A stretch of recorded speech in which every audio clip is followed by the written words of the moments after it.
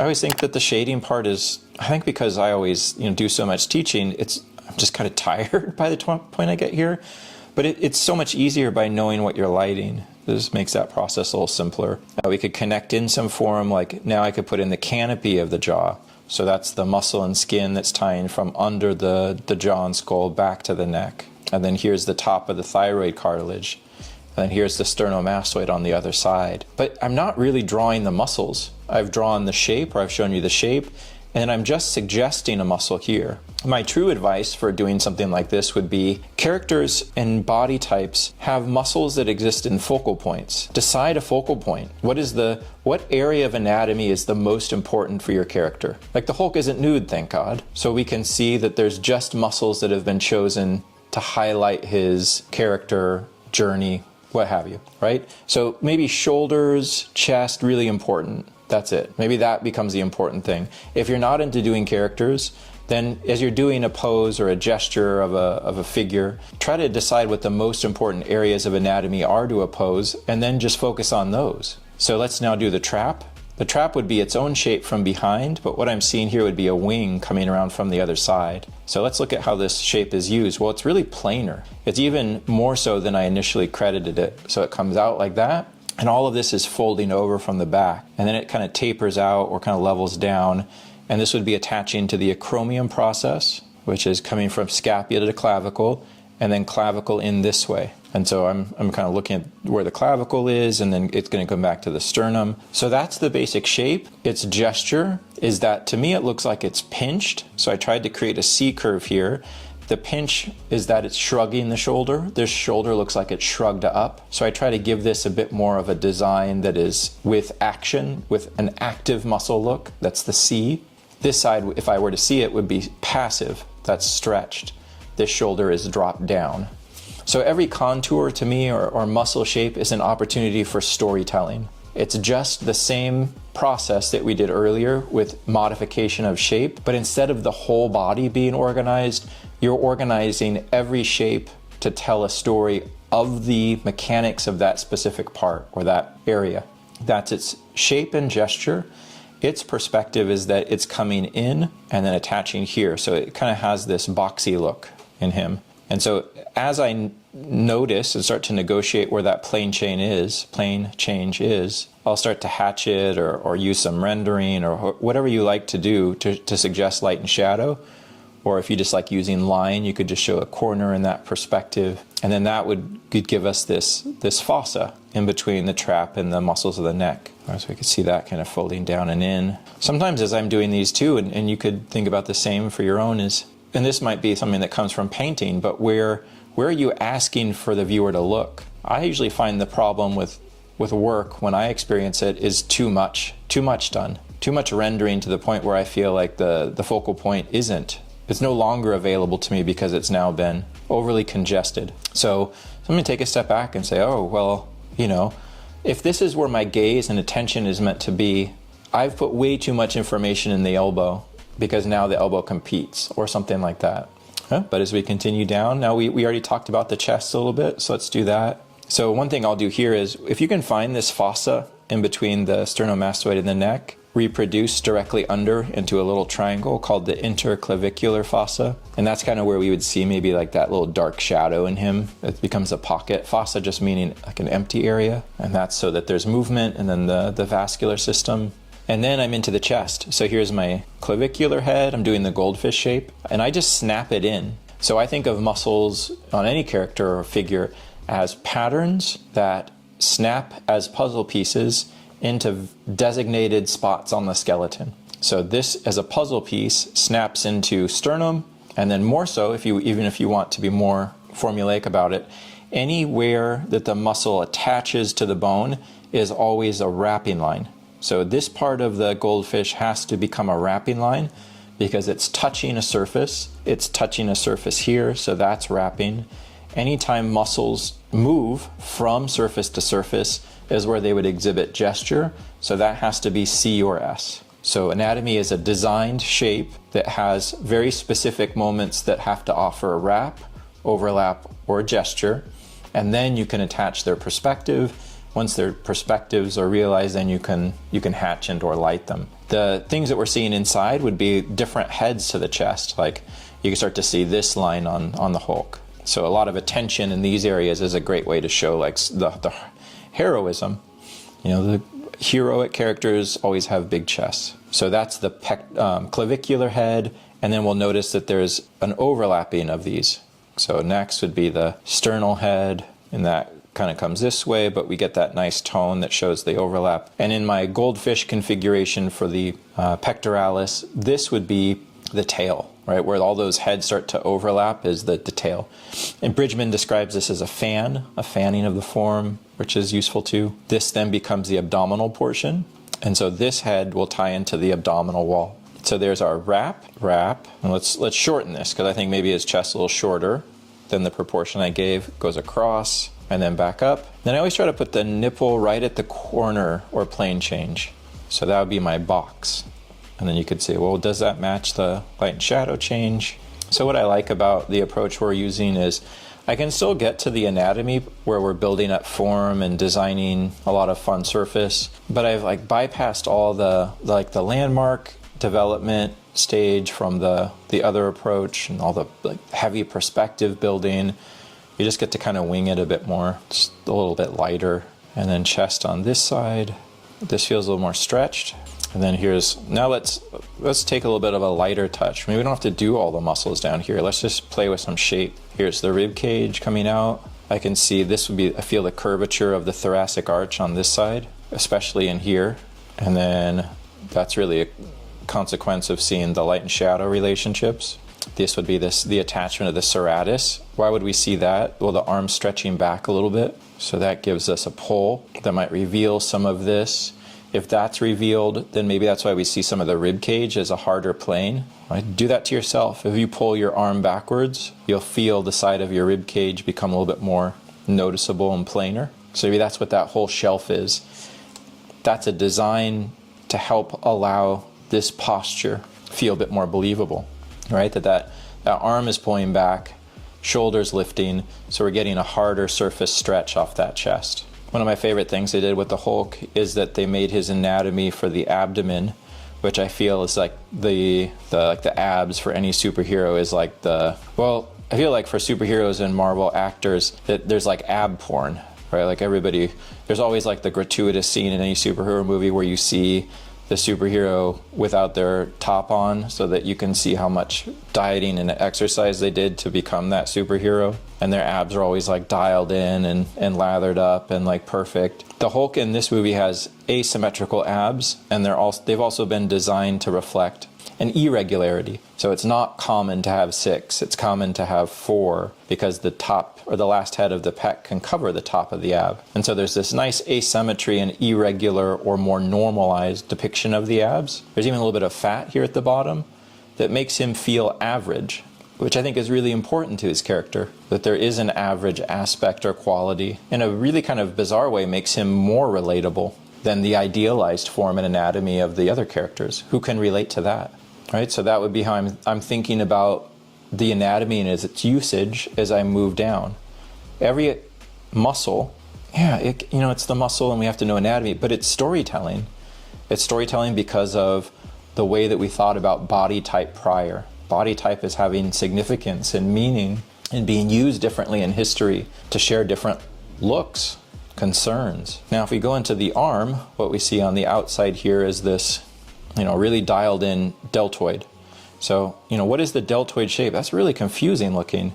Well, I think of it looks like your patella. If you're struggling with anatomy, you're trying to pick up anatomy, go back and look at shape. So we can even try mapping it on. Sometimes people like to do this. You can try drawing it on top of your reference. So you could do, well, here's my deltoid shape. This looks like it's stretched to here. This looks like it's pinched. So that must mean if it's pinched on this side, maybe it's bringing the arm forward. And this has more of an S-curve because it's stretched back. And then what are these things? That's weird. What is this? Well, those are the 3 heads to the deltoid. So each head moves that shape in a different direction.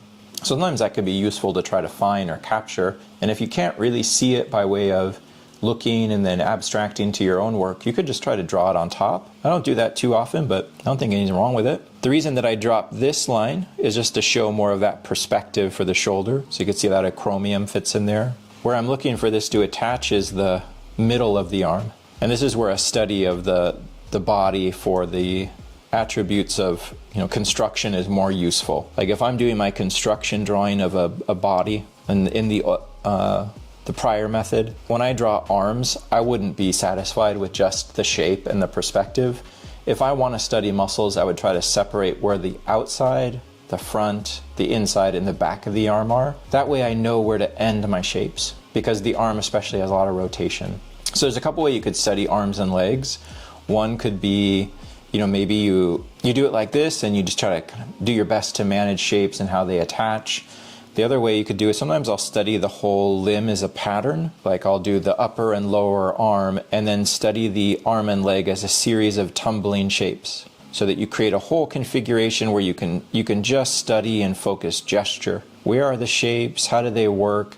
In something like this, you almost completely eliminate the problem of perspective to put an emphasis on gesture. But it's just whatever you connect with. Like this is more of a map. Seeing an overall map or design. This might be a little slower. Everybody's going to be different. You might find that one thing connects with you and something else doesn't quite as much. I'm going to move this up a little bit. It's funny as you go through, like I think at first I'm being really exaggerated with where I'm putting things and deviating from my averages. But then the more you look at it, you're like, oh wow, that should really be much, much higher. And that helps, even just moving that up, I think helps his mouth feel bigger, and that starts to feel more. But I think in something like this, you can really see my shortcomings, right? As a teacher, primarily, I'm mostly introducing people to concepts and norms about where a body is and in its proportions. So it's hard for me to really leave and kind of wander into doing stuff like this where I'm having to let go of that. So here's this. I could probably push that neck even more. He's also kind of, his head's cocked back a little bit more. I have it. All right, so enough. Now if we start to look a little bit more at the arm, so here's deltoid. Let's say we're gonna keep this stretched. You're just doing your best to track wherever you think halfway is. As soon as this touches, it has to come into contact and become sympathetic to the roll of that shape. And then wherever your trap ends is where this proximal head of the deltoid is gonna connect and touch. And then we can try to orchestrate our heads to match that plane change of the shoulder. So this is back. Right, again, in the muscles of the deltoid, I'd always be looking to try to use, to the best of my ability, each one to represent a different plane and perspective around the shoulder. So back to middle to front. For the arms, here's our massive or bulky comic book arm. Again, you could try to go through some kind of mapping like that, if that helps. What I would be trying to show here is that the tricep, which is biggest, is stretching because the arm is bent. So that would be a big S curve. Right, so in this one, I kind of did the opposite. So if we do, this is the benefit of the map, by the way. If I did an extended arm, I'm just playing with seeing how the up and down of muscles change. So up and down meaning specifically passive and active movement. If the arm's extended, tricep goes up, bicep goes down. If the arm is bent, the bicep pinches, the tricep stretches. If we start to put that in here, now we have our tricep. Zoom in a bit. Wherever that deltoid ends is where I'd start to form out the brachialis. So that would be in here. That's kind of the pillow muscle to the bicep. And then the bicep would be in here. And that's going to be higher in terms of its point of position than the tricep. So you could think of it as adding form, or you could just think of it as having this generic tube that we made for the average shape of the body. And then on top of that, designing different peaks of curve to exist over and on top. And then as soon as it touches, just introduce that into the surface if you can. Right? So that would be, again, it's hard to maintain this promise of anatomy without anatomy. It's like it makes my head a little bit, it makes my head spin. But in terms of kind of getting through a drawing, something like this, setting up the tubes, mapping it on top, would be the closest thing I think we could come to. Next might be, here's that big series of ridge muscles for him. So that's coming between the tricep and brachialis, and then tapering just behind the oblique and into that wrist. So he's got these big forearm muscles. That gives me a really nice sharp elbow point where I can see some of the other extensors attaching. So you'd have our extensor group underneath that, and maybe even a little bit of the flexors on the other side as we kind of move into this really short forearm. And then I can start to see the prominence of the carpal tunnel. But the big shapes I'd be looking for in forearm would just be extensors under that. Always look for the ulna as the separating line of the forearm, and then into flexors on the other side.